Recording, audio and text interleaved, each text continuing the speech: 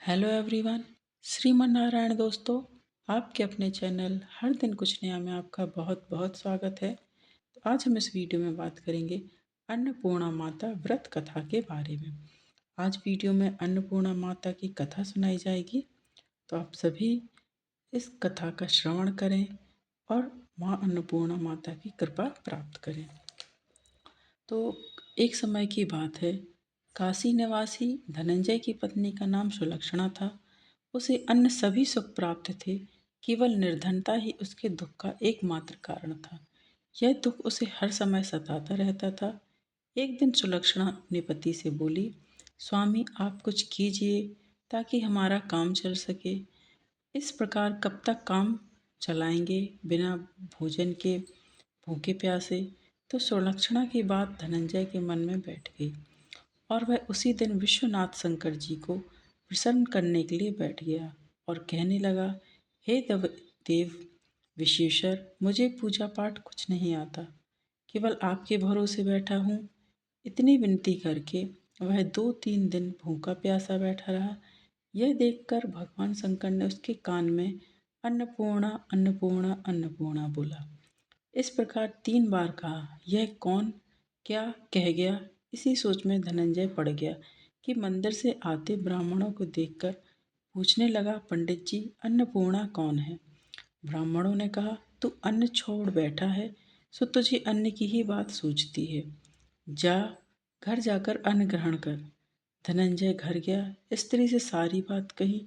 वह बोली, नाथ चिंता मत करो, स्वयं शंकर जी ने यह मंत्र दिया है, वे स्वयं ही खुलासा करेंगे।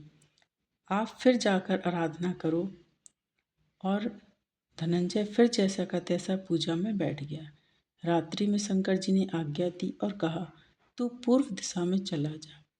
वह अन्नपूर्णा का नाम जपता जाता और रास्ते में फल खाता, झरनों का पानी पीता जाता। इस प्रकार कितने ही दिनों तक चलता गया। वहाँ उसे चांदी सी चमकती वन की शोभा देखने को मिली। सुंदर सरोवर देखने में या उसके किनारे कितनी ही अप्सराएं झुंड बनाए बैठी थी, एक कथा सुनाती और सब मिलकर माँ अन्नपूर्णा अन्नपूर्णा इस प्रकार बार बार कहती थी। यह अघन मास की उजेली रात्रि थी और आज से ही व्रत का आरंभ था। जिस शब्द की खोज करने वह निकला था, वह उसे वहां सुनने को मिला। धनंजय ने उनके पास जाकर पूछा, हे देवियों, आप यह क्या कह रही हो? उन सब ने कहा, हम सब माँ अन्नपूर्णा का व्रत करती हैं। धनंजय ने पूछा, व्रत पूजा करने से क्या होता है? यह किसी ने किया भी है? इसे कब किया जाए? कैसा व्रत है? मैं और कैसी विधि है? मुझे भी विस्तार से बतलाइए। वे कहने लगी, इस व्रत को सब कोई कर सकता है। 21 दिन तक के लिए 21 गांठ का सूत लेना चाहिए। 21 दिन यदि ना बने तो एक दिन उपवास करें। यह भी ना बने तो केवल कथा सुनकर प्रसाद लें।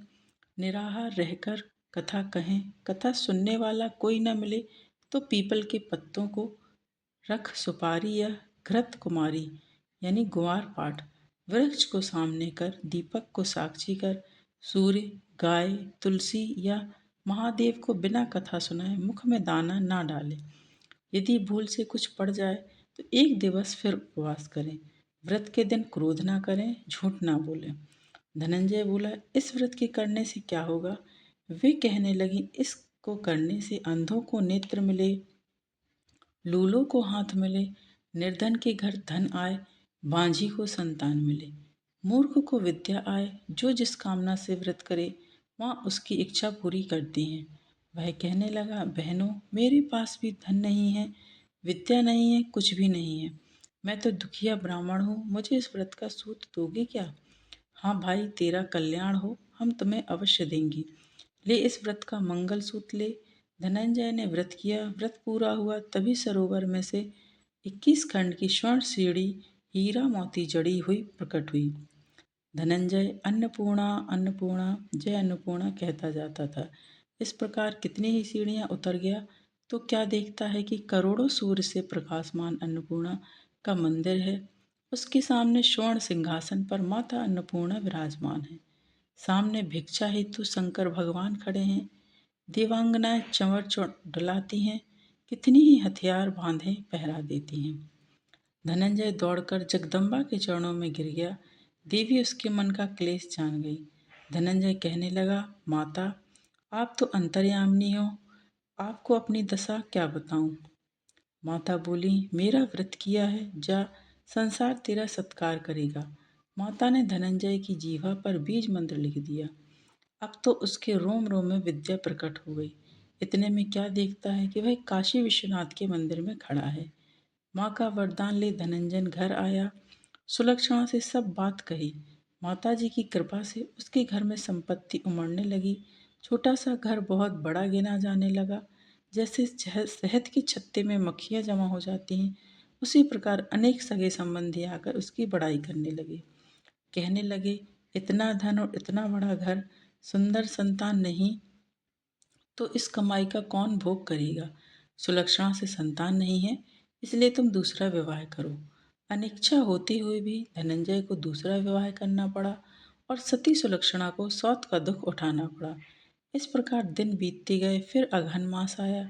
नए बंधन से बंधे पति से सुलक्षणा ने कहलाया कि हम व्रत के प्रभाव से सुखी हुए हैं, इस कारण यह व्रत छोड़ना नहीं। यह माता जी का प्रताप है जो हम इतने संपन्न और सुखी हैं। सुलक्षणा की बात सुन धनंजय उसके यहाँ आया और व्रत में बैठ गया। नई बहू को इस व्रत की खबर नहीं थी। वह धनंजय के आने की राह देख रही थी। दिन बीतते गए और व्रत पूर्ण होने में 3 दिवस बाकी थे।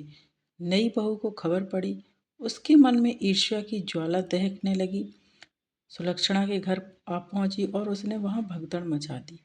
वह धनंजय को अपने साथ ले गई। नए घर में धनंजय को थोड़ी देर के लिए निद्रा ने आ दबाया। इसी समय नए बहू ने उसका व्रत का सूत तोड़कर आग में फेंक दिया। अब तो माता जी का कोप जाग गया। घर में अकस्मात आग लग गई। सब कुछ जलकर खाक हो गया। सुलक्षणा जान गई और पति को फिर अपने घर ले आई। नई बहू रूठकर पिता के घर जा बैठी। पति को परमेश्वर मानने वाली सुलक्षणा बोली, नाथ, घबराना नहीं, माता जी की कृपा अलौकिक है। पुत्र को पुत्र हो जाता है पर माता को माता नहीं होती। अब आप श्रद्धा और भक्ति से आराधना शुरू कीजिए, वे जरूर हमारा कल्याण करेंगी। धनंजय फिर माता के पीछे पड़ गया। फिर वही सरोवर सीढ़ी प्रकट हुई। उसमें माँ अन्नपूर्णा कहकर वह उतर गया। वहां जा माता जी के चरणों में रोदन करने लगा। माता प्रसन्न हो बोली, यह मेरी स्वर्ण की मूर्ति है, उसकी पूजा करना, तू फिर सुखी हो जाएगा। जा, तुझे मेरा आशीर्वाद है।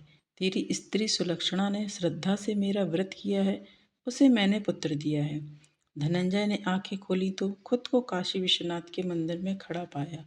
वहां से फिर उसी प्रकार घर को आया। इधर सुलक्षणा के दिन चढ़े और महीने पूरे होते ही पुत्र का जन्म हुआ। गांव में आश्चर्य की लहर दौड़ गई। इस प्रकार उसी गांव के निसंतान सेठ के पुत्र होने पर उसने माता अन्नपूर्णा का मंदिर बनवा दिया। उसमें माता जी की धूमधाम से मूर्ति पधारी गई, यज्ञ किया और धनंजय को मंदिर के आचार्य का पद दे दिया।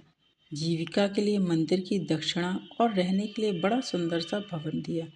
धनंजय स्त्री पुत्र सहित वहां रहने लगा। माता जी की चढ़ावे में भरपूर आमदनी होने लगी।